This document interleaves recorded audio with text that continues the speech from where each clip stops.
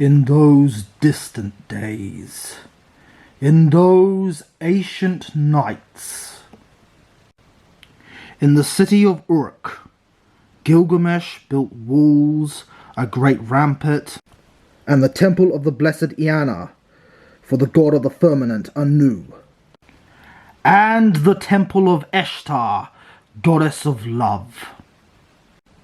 Gilgamesh was the son of the daughter of the first king to rule after the great floods that covered the entire world. Gilgamesh was kin to the Shining Ones from heaven. Gilgamesh's father may have been the sun god. When Gilgamesh was a baby, he was saved by an eagle after he was flung from the top of a high tower. When Gilgamesh's grandfather died, Gilgamesh became king. When Gilgamesh was king, he made it law that the strong ruled the weak, and that Gilgamesh, as the strongest man in the land, would take the virginity of every woman on their wedding night before their husbands could sleep with them. The men of Uruk complained to the gods. The king should be a shepherd to his people. Gilgamesh sounds his tocsin for his own amusement. He has no bounds. The king should be a shepherd to his people. Gilgamesh's lust leaves no virgin to her lover, neither the warrior's daughter nor the wife of the noble. Yet, this is the shepherd to the city. And the gods heard them. The god of the city of Uruk, who was named Anu, went to Ura, the goddess of creation, and said, "You made Gilgamesh, now create his equal." And the goddess made Enkidu, the wild man. Enkidu lived with the animals, eating plants with the gazelles and lapping at the waterholes with the beasts of the desert. A hunter saw Enkidu and was full of fear and went to his father. "Father, there is a man unlike any other who comes down from the hills. He fills in the holes I dig and tears up my traps and sets free the animals. I dare not approach him, for I am scared." My son, in the city of Uruk, is the king Gilgamesh. Go to him, go to Gilgamesh, and ask for help to tame this wild man. "I will." And so the hunter went to the city of Uruk and begged the king to help him tame the wild man.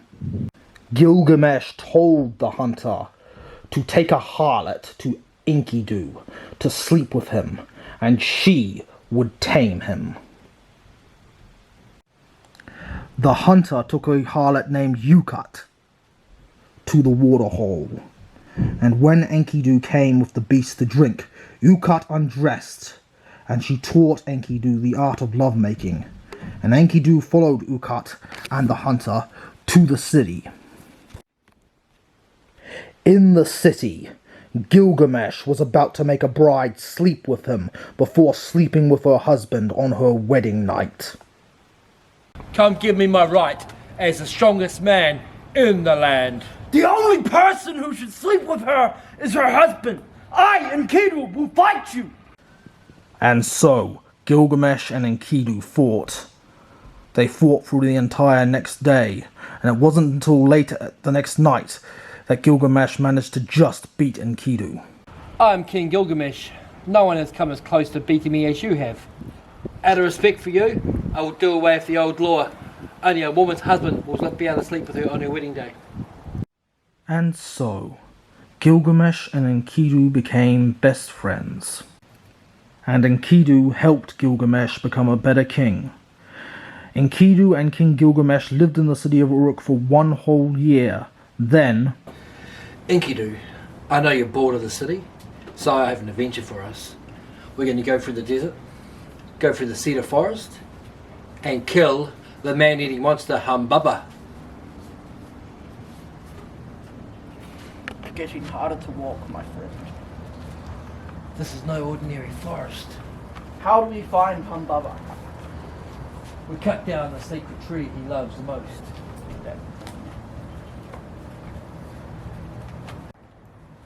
I will make you pay for cutting down the sacred trees! On guard, foul beast! You dare endanger our king! On guard, foul beast! My king at the head of the beast. Thank you, my friend. You may rise. This will make a fine trophy for my wall.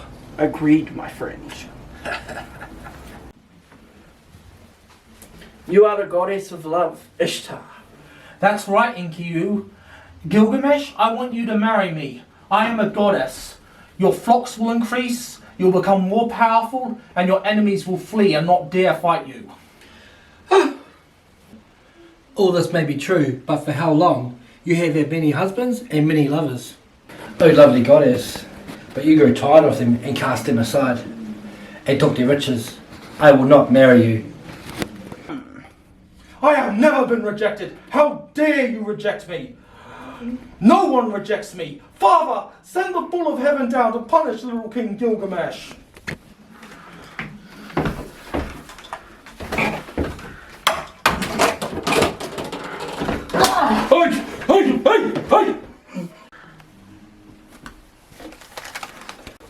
Curse you, little king! How dare you be strong enough to kill a bull from heaven? I curse you too, Enkidu. You will now become sicker than you have ever been before, and the sickness will kill you. No, Enkidu! Tell me you're alright! No, I feel sicker than I've ever felt before. No! No! For 50 days and 51 nights, Enkidu laid in his bed sick, and the king stayed by his side. Every time Enkidu fell asleep, he had the same dream in which he went to the netherworld where the spirit of the dead go. There it is covered in darkness, darker than any place on earth.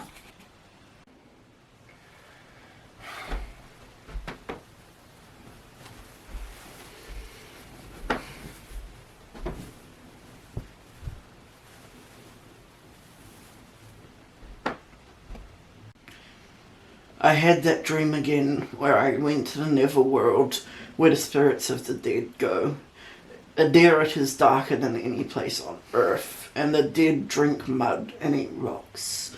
And I saw the spirit of Humbaba again, and he said I would soon join him for good. No, Enkidu.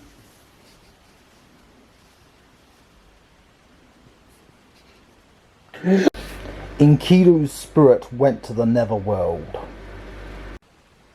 For the first time in his life of power and control, Gilgamesh was afraid. He didn't want to die, so he went out looking for a way to become immortal. After travelling for years, old Gilgamesh came to a bar. The bartender was a goddess named Shidori. You are the goddess Ziusudra. And you are the fool of a king who wants to be immortal. But you can't but be immortal. You are destined to die as all mortals are. But while you live, your legacy is... I will not leave until you can tell me how I become immortal. Over the waters of death there is another land. Ziusudra lives there. He and his family were the only humans to survive the great floods that covered the entire world. He is the only human to ever become immortal. If you pay the ferryman Ushabani, he will take you over the waters of death to Ziusudra. So, Gilgamesh paid Ushabani and was taken over the waters of death to the land where Ziusudra lived. Ziusudra, I, like all humans alive today, am your descendant. Tell me how to become immortal. You can't become immortal. How did you become immortal? It happened long ago.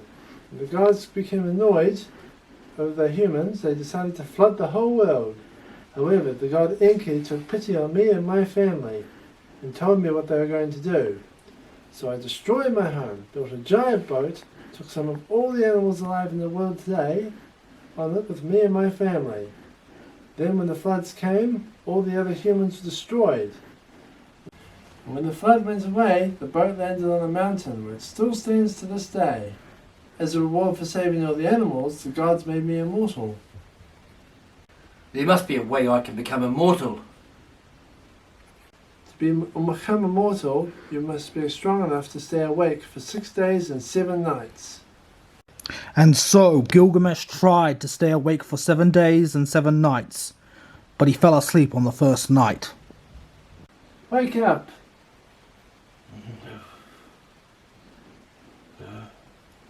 That was pitiful, fool of a king. Go home. You will never become immortal. Please find me another way to become immortal. There is a plant at the bottom of the sea that restores youth. Maybe if you use it for the rest of your life, you will never die, little king. Gilgamesh built a large glass vessel and went to the bottom of the sea in it. Down there he saw the creatures that live in the deep, and they horrified him more than anything he had ever seen in his entire life. But Gilgamesh got the plant and came back up to the surface. Then he began his long journey home. On the way home, a snake stole the plant.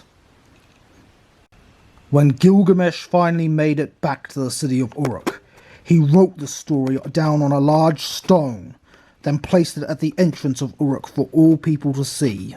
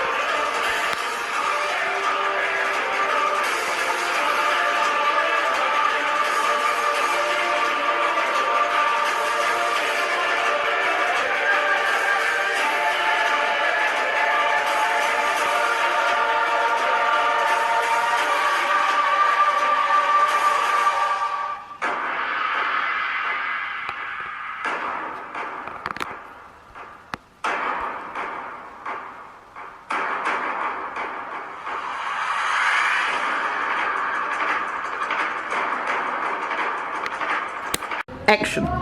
The king should be a shepherd to his people. Gilgamesh sounds the oh fuck, sorry. No, Enkidu! Tell me you're alright! No, I feel sicker than I've ever felt before. No! No! You bastard! You fucker!